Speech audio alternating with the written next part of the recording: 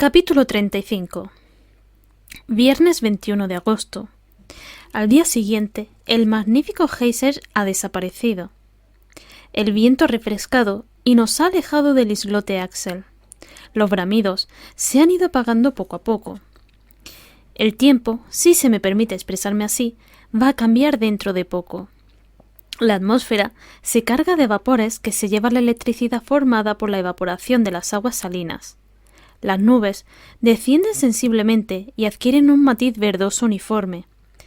Los relámpagos apenas pueden rasgar esta cortina opaca cerrada sobre el teatro en el que se va a representar el drama de las tempestades. Me siento particularmente impresionado, como lo está en la tierra toda criatura ante la proximidad de un cataclismo. Los cúmulos amontonados hacia el sur presentan un aspecto siniestro. Tienen esa apariencia implacable que a menudo he notado al inicio de las tormentas. El aire es pesado, el mar está en calma. A lo lejos, las nubes parecen gruesas bolas de algodón acumuladas en pintoresco desorden. Poco a poco, se hinchan y pierden en número lo que ganan en extensión. Su pesadez es tal que no pueden desprenderse del horizonte. Pero, con el impulso de las corrientes elevadas, se van fundiendo poco a poco, se oscurecen y presentan pronto un estrato único de aspecto temible. De cuando en cuando, un ovillo vaporoso, todavía iluminado, rebota sobre esta alfombra grisácea y va a perderse enseguida en el interior de la masa opaca. Evidentemente, la atmósfera está saturada de fluido. Me siento impregnado de él. Los cabellos se me erizan en la cabeza, como si estuviera cerca de una máquina eléctrica. Me da la sensación de que si mis compañeros me tocaran en estos momentos recibirían una violenta descarga. A las 10 de la mañana, los síntomas de la tormenta son ya patentes. Se diría que el viento amaina solo para poder tomar aliento. La nube semeja a un odre inmenso en el que se acumulan los huracanes. No quiero creer en las amenazas del cielo, y sin embargo no puedo evitar decir: se nos avecina mal tiempo. El profesor nos responde. Está de un humor de perros, viendo cómo el océano se prolonga indefinidamente ante sus ojos. Al oír mis palabras se encoge de hombro. Tendremos tormenta, digo extendiendo la mano hacia el horizonte. Esas nubes se abaten sobre el mar como si quisieran aplastarlo. Silencio general. El viento calla. La naturaleza parece un cadáver que ya no respira. Sobre el mástil, en el que veo iniciarse un ligero fuego de San Telmo, la vela extendida cae en pesados pliegues. La balsa está inmóvil en mitad de un mar espeso, sin ondulaciones. Si no avanzamos, ¿para qué conservar la vela que puede causar nuestra desgracia al primer embate de la tempestad? Arriemos vela y desarbolemos, digo, será lo más prudente. No, por todos los diablos, no y 1000 veces no, exclama mi tío. Que el viento nos arrastre, que la tormenta se nos lleve, pero que al final vea las rocas de la orilla, aunque nuestra balsa vaya a romperse contra ellas en 1000 pedazos. Todavía no he acabado de pronunciar estas palabras cuando el horizonte sur cambia de aspecto súbitamente. Los vapores acumulados se convierten en agua, y el aire, violentamente solicitado para colmar el vacío producido por la condensación, se convierte en un huracán. Llega desde los extremos más recónditos de la caverna. La oscuridad se intensifica. Apenas puedo tomar algunas notas incompletas. La balsa se levanta, rebota. Mi tío cae derribado. Me arrastro hacia él. Se ha agarrado con fuerza al extremo de un cable y parece contemplar con gusto el espectáculo de los elementos desencadenados. Hans permanece firme. Sus largos cabellos, que el huracán empuja y arroja sobre su rostro inmóvil, le confieren una extraña fisonomía, porque cada una de sus erizadas puntas está rematada por un punto de luz. Su impresionante expresión es la de un hombre antediluviano, contemporáneo, de los ictiosaurios y los megasterios. Sin embargo, el mástil resiste. La vela se hincha como una burbuja a punto de estallar. La balsa avanza con una rapidez que no puedo calcular. pero menos deprisa aún que las gotas de agua que desplaza por debajo y cuya acumulación acelerada traza surcos rectos y claros. ¡La vela! ¡La vela! Digo haciendo señal de arriarla. No, responde mi tío. Neg, dice Hans moviendo suavemente la cabeza. No obstante, la lluvia forma una catarata rugiente ante este horizonte hacia el que corremos como insensatos. Pero antes de que llegue hasta nosotros, el velo de las nubes se rasga.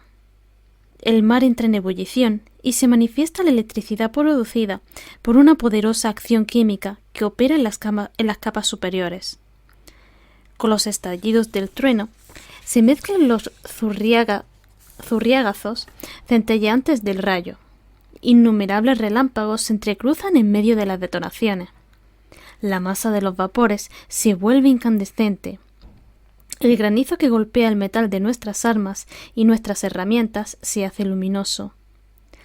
Las aguas que se levantan parecen cerros bajo los que se incuba un fuego interior, cada una de cuyas crestas tiene el penacho de una llamarada. Mis ojos quedan deslumbrados por la intensidad de la luz, mis oídos rotos por el estrépito del huracán. Tengo que agarrarme al mástil, que se dobla como una caña bajo la violencia del huracán. Aquí mis notas de viaje quedaron muy incompletas. No he encontrado más que algunas observaciones fugaces, tomadas instintivamente, por así decir. Pero en su brevedad, incluso en su oscuridad, están impregnadas de la emoción que me dominaba y expresan la situación mejor que mi memoria. Domingo 23 de agosto. ¿Dónde estamos?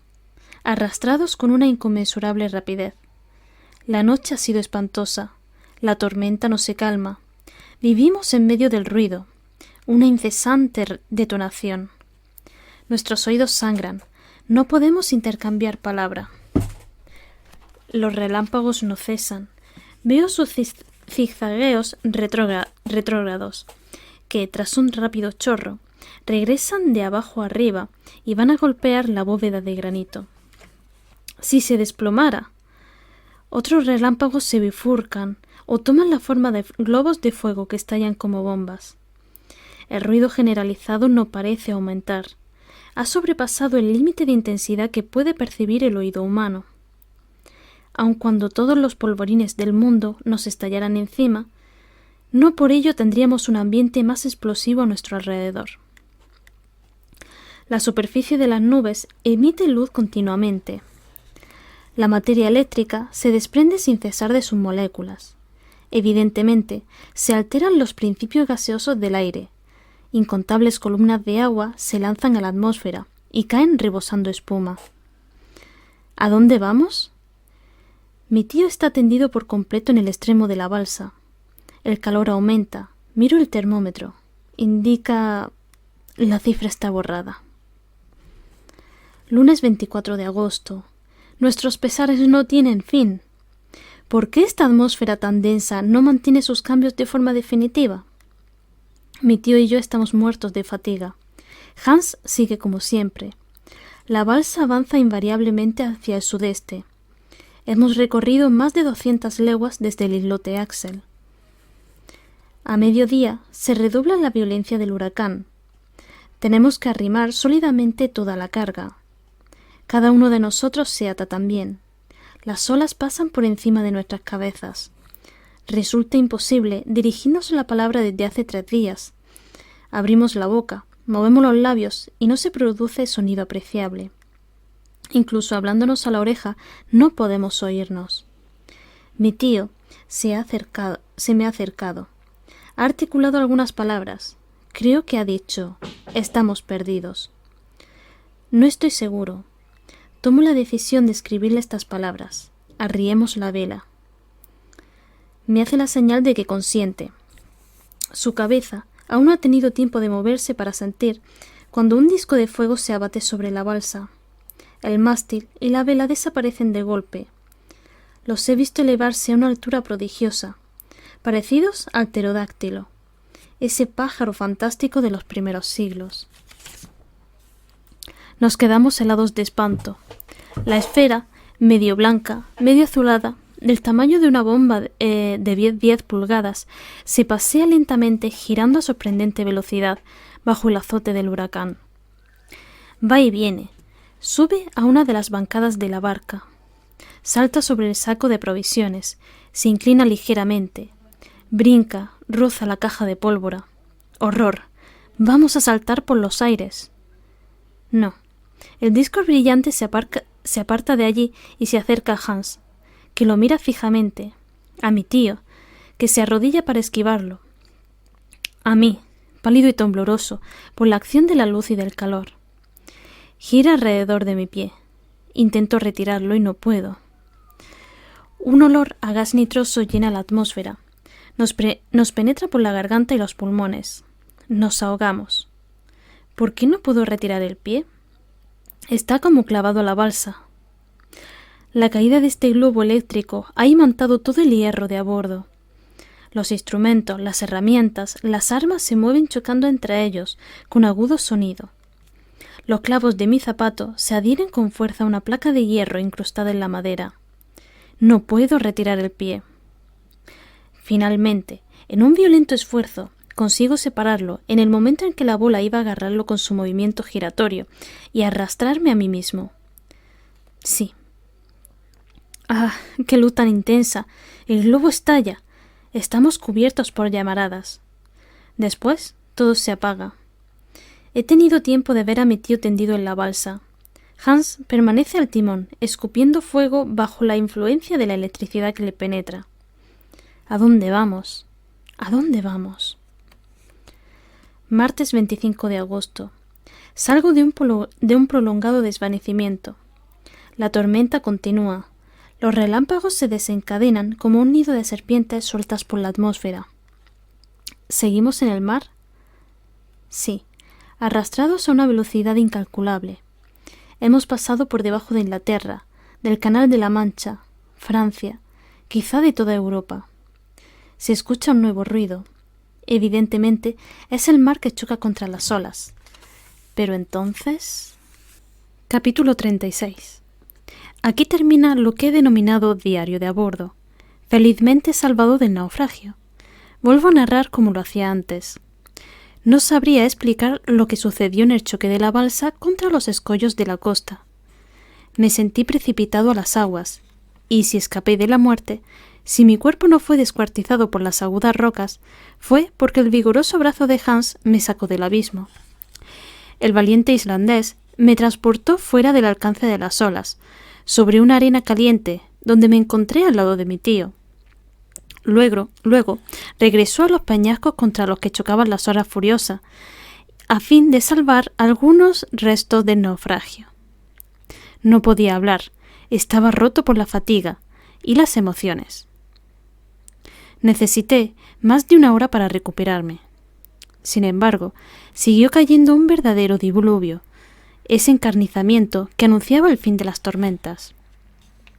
Algunas rocas nos ofrecieron un abrigo contra los torrentes del cielo. Hans preparó unos alimentos que no pude ni probar, y cada uno de nosotros, agotados por la vela de 3 noches, se sumió en un doloroso sueño. A la mañana siguiente, el tiempo era magnífico. El cielo y el mar se habían calmado de común acuerdo. Todo resto de tormenta había desaparecido. Las palabras alegres del profesor saludaron mi despertar. Estaba radiante de gozo. «Bueno, muchacho», exclamó, «¿has dormido bien?» Se diría que estábamos en nuestra casa de Coney Straits, que yo bajaba tranquilamente al comedor y que mi matrimonio con la pobre Greuben iba a tener lugar aquel mismo día. ¡Ay! Por poco que la tormenta hubiera enlazado la balsa en dirección este, habríamos pasado bajo Alemania, bajo mi querida ciudad de Hamburgo, bajo la calle en la que vivía todo cuanto amaba en este mundo. Entonces me habían separado de ella apenas 40 leguas, pero 40 leguas verticales de un muro de granito, y en realidad más de 1000 leguas de camino. Todas estas dolorosas reflexiones atravesaron en un soplo mi mente antes de que respondiera a la pregunta de mi tío. «Venga», repitió, «¿no quieres decirme si ha dormido bien?» «Muy bien», respondí. «Aún estoy molido, pero no será nada». absolutamente nada. Un poco de fatiga y ya está. Usted, sin embargo, parece estar de muy buen humor esta mañana, tío. Estoy encantado, hijo mío, encantado. Ya hemos llegado. ¿Al término de nuestra expedición? No, pero sí al extremo de este mar que no acababa nunca. Ahora vamos a emprender el camino de tierra para hundirnos realmente en las entrañas del globo. Tío, permítame que le haga una pregunta. Te lo permito, Axel. ¿Y el regreso? ¿El regreso? Ah, ¿ya piensas en volver cuando aún no has llegado? No, simplemente deseaba preguntar cómo se efectuará. De la manera más sencilla del mundo. Una vez lleguemos al centro de la Tierra, encontraremos una nueva ruta para remontar hasta la superficie. O bien regresaremos tan contentos por el mismo camino que hemos recorrido. Me gusta pensar que no se cerrará detrás de nosotros. Entonces, ¿será preciso dejar la balsa en buen estado? Necesariamente. ¿Y las provisiones? ¿Quedan suficientes para que podamos poner en práctica tan grandes proyectos? Sí, seguro. Hans es un chico hábil y estoy seguro de que ha salvado la mayor parte de la carga. Vamos a asegurarnos de todos modos. Abandonamos aquella gruta abierta a todos los vientos. Tenía una esperanza que era al mismo tiempo un temor. Me parecía imposible que el terrible abordaje de la balsa no hubiera destruido todo lo que llevaba. Me equivocaba. Cuando llegué a la orilla, vi a Hans en medio de una serie de objetos colocados en fila. Mi tío le estrechó la mano con sincero agradecimiento. Aquel hombre, provisto de una devoción sobrehumana de la que quizá no encontraríamos otro ejemplo, había trabajado mientras nosotros dormíamos y había salvado los objetos más preciosos con riesgo para su vida. Habíamos sufrido pérdidas sensibles, nuestras armas, por ejemplo, pero podíamos pasar sin ellas. La provisión de pólvora había quedado intacta, tras haber estado a punto de volar por los aires durante la tormenta. Puesto que nos faltaban los fusiles, exclamó mi tío, nos abstendremos de cazar. ¿Y los instrumentos? Aquí está el manómetro, el más útil de todos, por el que yo habría dado todos los demás. Con él puedo calcular la profundidad y saber cuándo hemos llegado al centro. Sin él, nos arriesgaríamos a ir más allá y salir por las antípodas. Era una broma de pésimo gusto. ¿Y la brújula? Pregunté. Aquí está, sobre esta roca, y en perfecto estado, así como el cronómetro y los termómetros. Ah, el cazador es un hombre inigualable. Era forzoso reconocerlo. En cuanto a instrumental, no faltaba nada. En lo referente a herramientas y aparejos, vi escaleras, cuerdas, picos y piochas esparcidos sobre la arena. Sin embargo, aún quedaba pendiente la cuestión de los víveres. ¿Y las provisiones? Dije yo. Veamos las provisiones, respondió mi tío. Las cajas que las contenían estaban alineadas en la playa, en perfecto estado de conservación. El mar las había respetado en su mayor parte, y en total, en galletas, carne salada, ginebra y pescado seco, podíamos contar aún con 4 meses de víveres. —¡4 meses! —exclamó el profesor. Tenemos lo suficiente para ir y volver, y con lo que nos sobre, quiero dar una gran cena a todos mis colegas del Johanneum. Habría tenido que estar acostumbrado al talante de mi tío, y no obstante, aquel hombre me seguía maravillando. Ahora, dijo, vamos a reponer nuestra provisión de agua con la lluvia que la tormenta ha depositado en los huecos del granito. En consecuencia, no debemos tener miedo de morirnos de sed. En cuanto a la balsa, voy a encargar a Hans que la repare, aunque no creo que volvamos a necesitarla. ¿Y cómo es eso? Me asombré. Una idea que tengo, muchacho. Creo que no saldremos por el mismo sitio por el que hemos entrado. Miré al profesor con cierta desconfianza. Me pregunté si no se habría vuelto loco, y sin embargo no podía hablar más en serio. Vamos a comer, ordenó. Le seguí hasta una elevación del terreno, después de que hubo dado sus instrucciones al cazador. Allí, carne seca, galletas y un poco de té compusieron una comida excelente, y debo confesarlo, una de las mejores de las que he disfrutado en la vida. La necesidad del aire libre y la calma, después de tanta agitación, todo contribuía a abrirme el apetito. Durante la comida, pregunté a mi tío dónde nos encontrábamos en aquel momento. Eso me parece difícil de calcular, le dije. Calcularlo exactamente sí que es difícil, me respondió. Casi imposible, ya que durante los 3 días de tormenta no he podido tomar nota de la velocidad y la dirección de la balsa. Pero ahora podemos determinar aproximadamente nuestra situación. En efecto, la última observación la hicimos en el islote del Geyser. En el islote Axel, hijo mío. No renuncias al honor de haber bautizado con tu nombre la primera isla descubierta en el centro del macizo terrestre. De acuerdo. En el islote Axel habíamos cubierto cerca de 270 leguas de mar y nos encontrábamos a más de 600 leguas de Islandia. Bien, partiendo de ese punto, contemos 4 días de tormenta, durante los cuales nuestra velocidad no habrá sido inferior a 80 leguas cada 24 horas. Lo creo. Tendríamos entonces que añadir 300 leguas. Sí, y el mar Lidenbrock tendría unas 600 leguas de una punta a otra. ¿Sabes, Axel, que puede competir en extensión con el Mediterráneo? Sí, sobre todo si lo hemos atravesado a lo ancho. Es muy posible. Y cosa curiosa, añadí. Si nuestros cálculos son exactos, ahora tenemos el verdadero Mediterráneo sobre nuestras cabezas. Cierto. Claro, como que estamos a 900 leguas de Reykjavik. Bonito destino, hijo mío, pero no podremos afirmar que nos encontramos bajo el Mediterráneo y no bajo Turquía o bajo el Atlántico, hasta saber con seguridad que no nos hemos desviado en nuestro rumbo. No, el viento parece constante. Creo que esta cosa debe estar situada al sudeste del puerto Graubünden. Bueno, es fácil asegurarnos consultando la brújula. Vamos a consultarla. El profesor se dirigió hacia la roca en la que había depositado los instrumentos. Estaba alegre, exultante. Se frotaba las manos, incluso gesticulaba de forma afectada como un jovenzuelo. Le seguí con la curiosidad de saber si me equivocaba en mi apreciación. Al llegar a la roca, mi tío tomó la brújula, la colocó en situación horizontal y observó la aguja, que tras haber oscilado se detuvo en una posición fija bajo la influencia magnética. Mi tío la miró. Luego se frotó los ojos y volvió a mirar. Al fin se volvió hacia mí, estupefacto. ¿Qué sucede?, pregunté. Me indicó que examinara el instrumento. Se me escapó una exclamación de sorpresa. La punta de la aguja marcaba el norte allí donde suponíamos que se hallaba el sur. Señalaba la playa en lugar del mar. Moví la brújula, la examiné. Estaba perfectamente. Cualquier posición que se le hiciera tomar a la aguja, ésta recuperaba obstinadamente aquella inesperada dirección. Así pues, no cabía duda alguna. En el curso de la tormenta, una ráfaga de viento se había producido sin que nos diéramos cuenta y había llevado la balsa hacia la orilla que mi tío creía haber dejado a sus espaldas. Capítulo 37.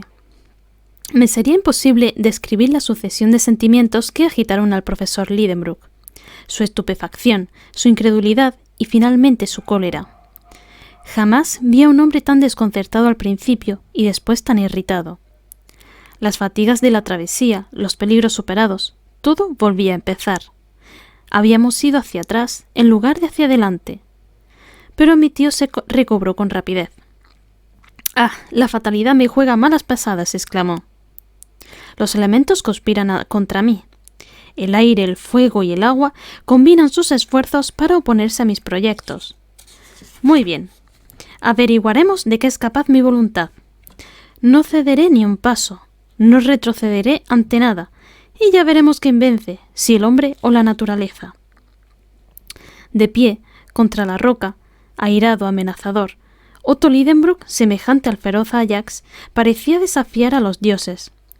Pero yo juzgué conveniente intervenir y poner freno a aquella insensata vehemencia. «Escuche», le dije en tono firme. «Existe un límite para toda ambición terrena. No hay que luchar contra lo imposible. Estamos mal equipados para un viaje por mar.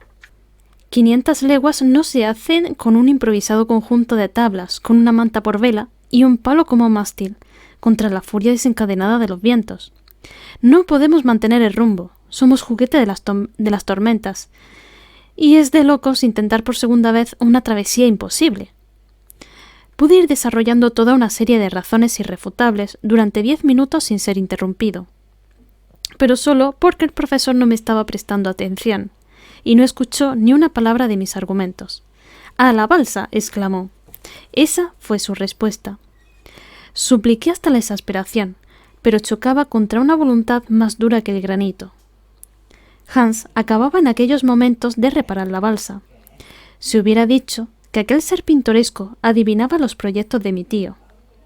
Con algunos pedazos de madera fósil había reforzado la embarcación. Una vela se elevaba ya en ella y el viento jugaba entre sus pliegues. El profesor Lidenbrock dijo algunas palabras al guía, y al punto éste embarcó con prontitud el equipaje y lo dispuso todo para la marcha. La atmósfera era limpia y se mantenía el viento del noroeste. ¿Qué podía hacer? ¿Resistir yo solo contra dos? Imposible.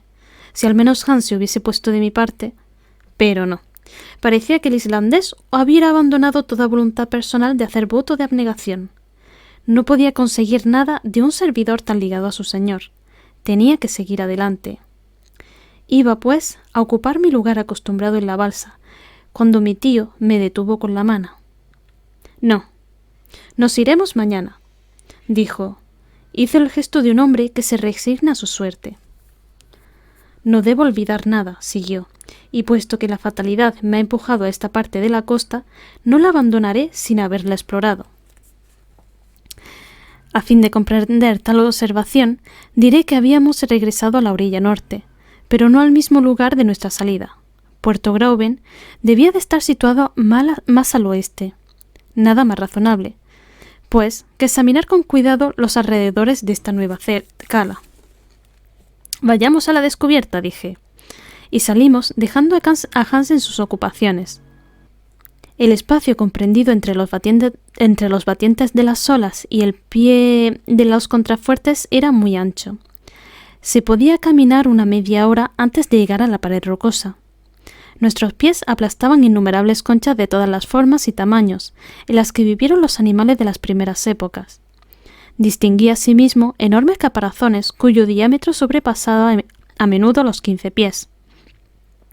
Habían pertenecido a aquellos gigantescos gliptodontes del período Plioceno, de los que la tortuga moderna no es más que una reducción.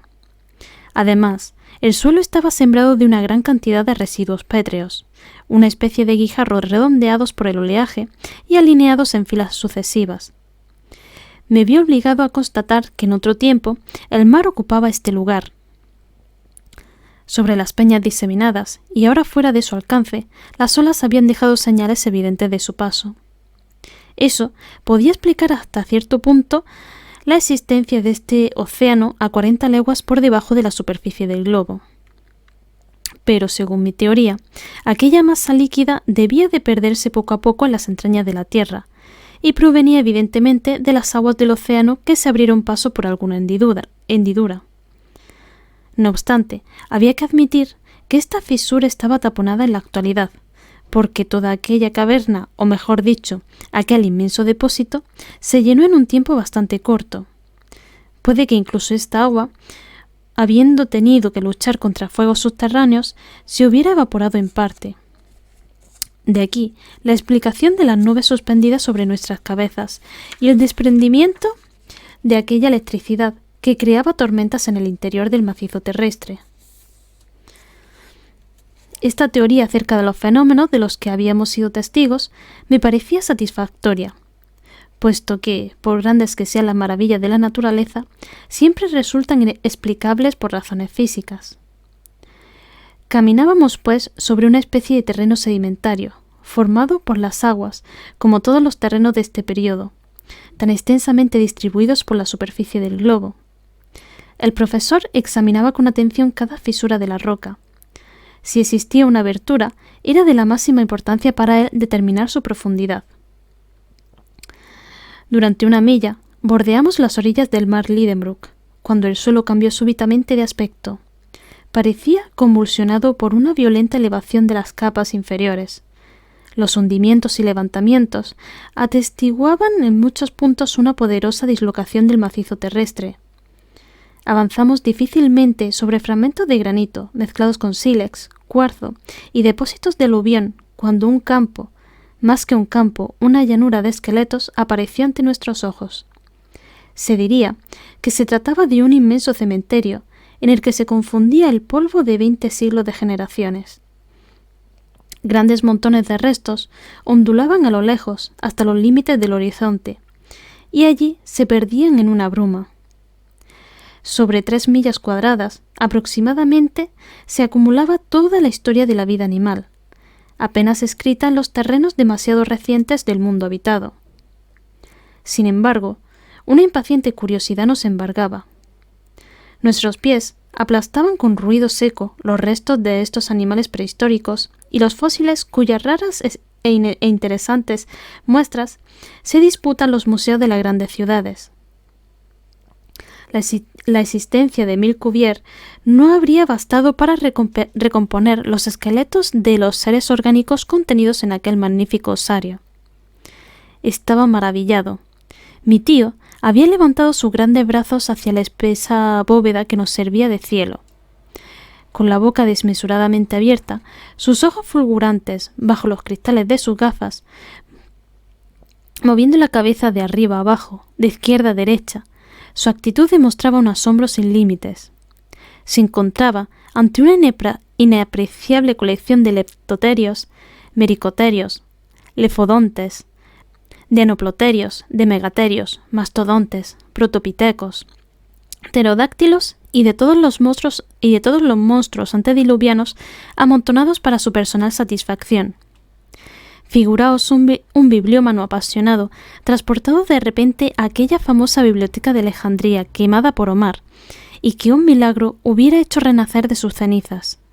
Así se encontraba mi tío, el profesor Lidenbrock.